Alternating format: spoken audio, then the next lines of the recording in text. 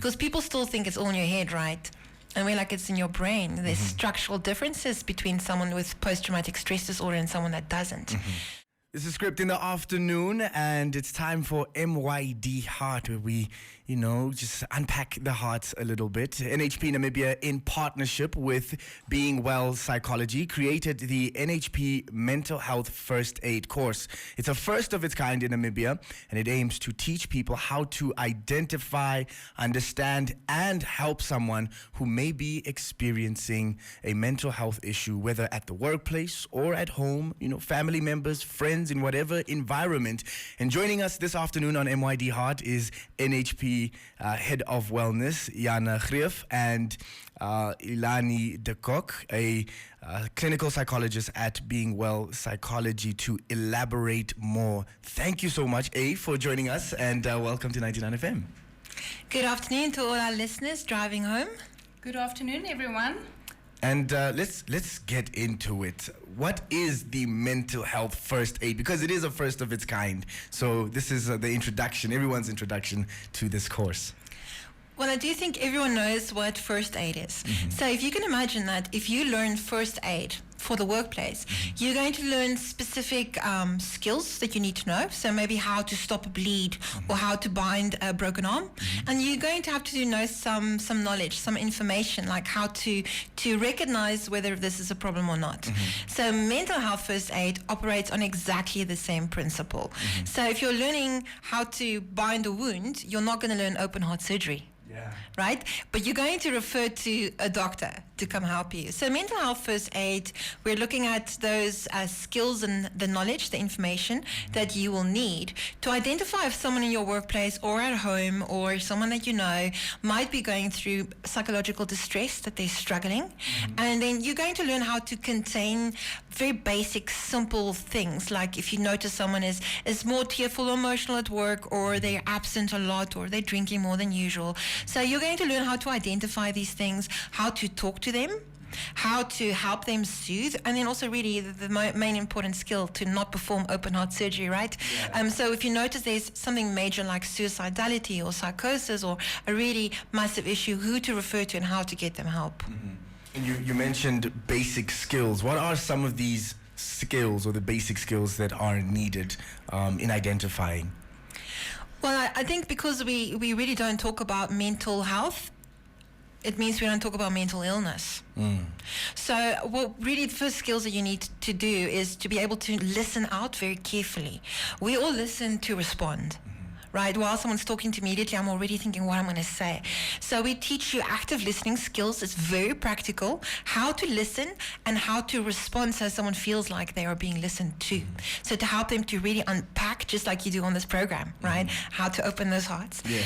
And then really to use what you've learned from this person to talk to them, to encourage help-seeking behavior, to encourage self-soothing. So there's a big component in terms of how to take better care of yourself, but then really the information and the skills of who should they see. Should they see a GP? Should they see a psychiatrist, a psychologist, an educational psychologist, and what's the difference between these? So these are the basic skills that you very much will be incapacitated with if you do this program. And I mean, you spoke about the large array of mental health issues and how they can manifest themselves, and pertaining to the course, what topics will be covered or are covered in the course that help deal with the range of issues that people could be dealing with? Well, first we motivate ourselves. Like, why is this course necessary? So the very first topic that we cover is just a general look at the global state of mental health and mental illness. And we'll learn interesting things like in 2013, major depressive disorder will be the major killer on earth, more than heart disease or diabetes or anything. So we justify that psychological health will be more important than physical health going forward. We are seeing this, particularly after COVID. And then the same topic, you'll learn what is mental health first aid. So we'll also address that. Our second topic, we dive quite deep, and we look at what is mental illness, and why do people develop mental illnesses? What are the different mental illnesses that you're most likely to face? Most likely. So we're not going to deal with all 300,000 diagnoses, but you will be able to differentiate how depression looks different from anxiety, looks different from bipolar disorder. And so very basic. We're not going to teach you how to diagnose. Please leave that for the professionals. Yes. Okay, but we will help you to identify what are some things of concern, right? And of course, we'll deal with one of my favorite topics, which is the brain and mental health, because people still think it's all in your head, right? And we're like, it's in your brain. There's structural differences between someone with post-traumatic stress disorder and someone that doesn't. And then in topic 3 and topic 4. So topic 3, we look at the characteristics of a mental health first aider. So, do you need to be warm, or do you have to be quite stern?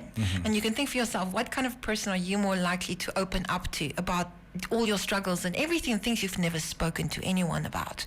What kind of person? And those are the characteristics we want to develop. And we give you a model. So a model that you can follow in terms of what am I going to do now, what I'm going to say now. So we'll take you through a basic model, and our very last topic then is really how to talk to someone, how to help them live a better lifestyle, to self-soothe, to self-contain.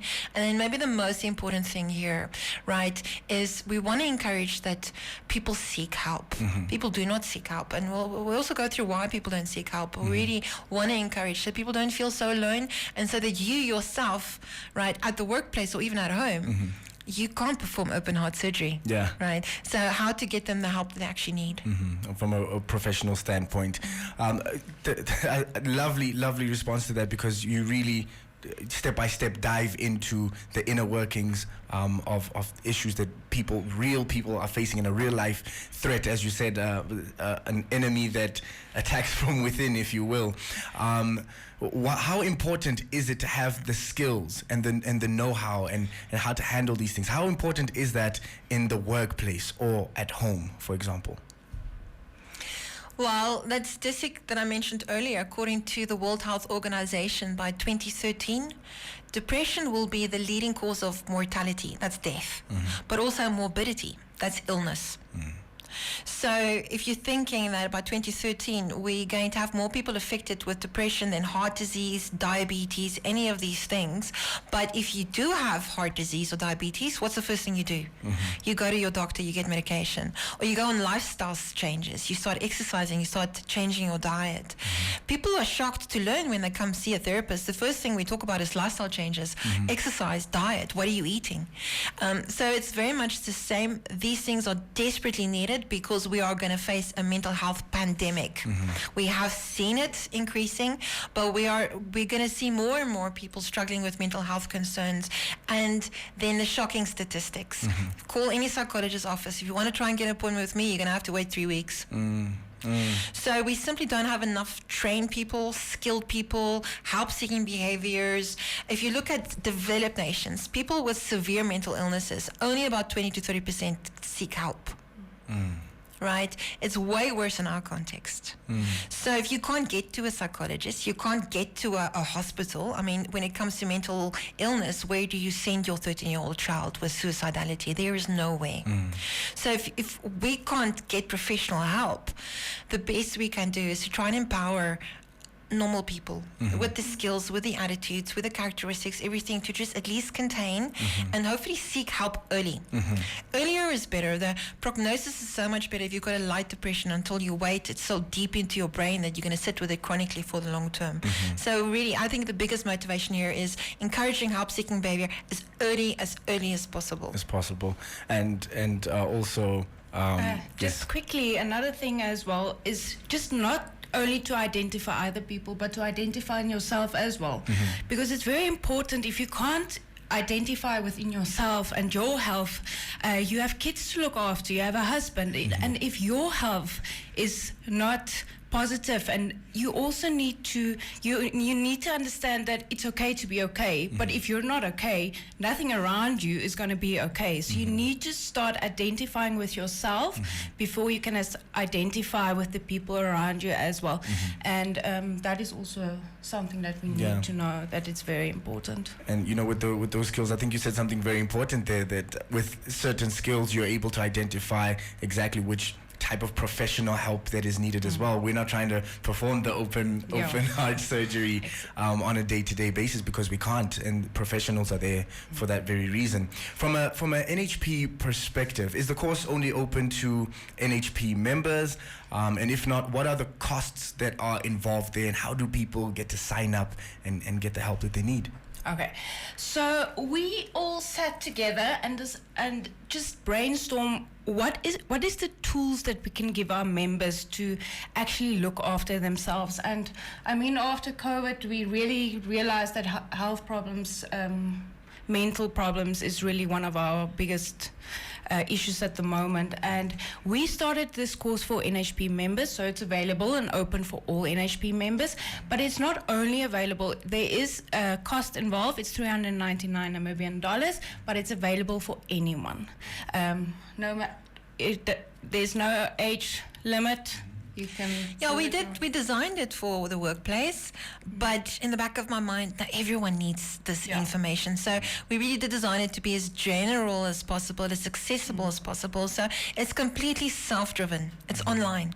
So it's not like I have to come into your workplace or to your house place and talk to you. It's completely self-driven. So what's beautiful about it is any member, NHP member or a non-member, can access it, and then they can do it at their own pace. So you can work a little bit, an hour, and then there's a little quiz, and then you move on to the next module. Or if you really find it fascinating, you finish it all in one day, and then you still have access for a long period of time. And then you can just go back and you can look at that information again.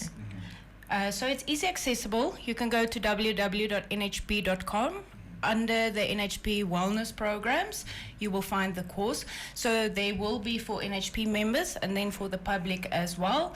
And then you will also, we advertise it on our social platforms, Facebook, Instagram, you will find it there as well. So I think it's very easy accessible, as Iani said as well, where you can, if you feel like I want to go to bed now, I'm going to just keep going where you left off the previous day. So you don't have to finish everything in one day. You can take 2-3 weeks, just reflect on the section that you did now, sit down and just think, okay, let me just reflect, and then I continue tomorrow morning. And I like the fact that it's at your own pace, because everyone, we all have different structures in the brain, as you mentioned, and we all deal with things and deal with ourselves in very, very different speeds and paces. And as Ilana said, basically you get to also reflect on yourself. And I think that's the beauty in this. Any last words for 2023? It's a for some people, good start to the year. Some people, not so much a good start to the year. Any just last thoughts or words to the listeners out there from you? Well, we want everyone to please share this as far as wide as possible and to normalize mental health. There's nothing wrong with you. There's nothing wrong with your family members. Just normalize it. And then to identify and support each other. That's, Yes, take care of each other. And I think the moral of this entire program is we really want to encourage for everyone out there that it must be as normal to come see a psychologist for a maladaptive thought pattern or broken heart as it is for you to go see a doctor for broken arm.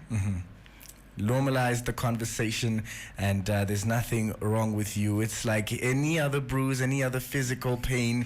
We have to treat it and get the necessary treatment. Thank you so much for sharing all this information, and hopefully many people can get in touch with the course and get the help that they need. This is Skrypt in the afternoon, and that was NHP Head of Wellness, Ilana Greeff, and Iani de Kock, a clinical psychologist at Being Well Psychology. MYD Heart was proudly brought to you by NHP. NHP, we are about you.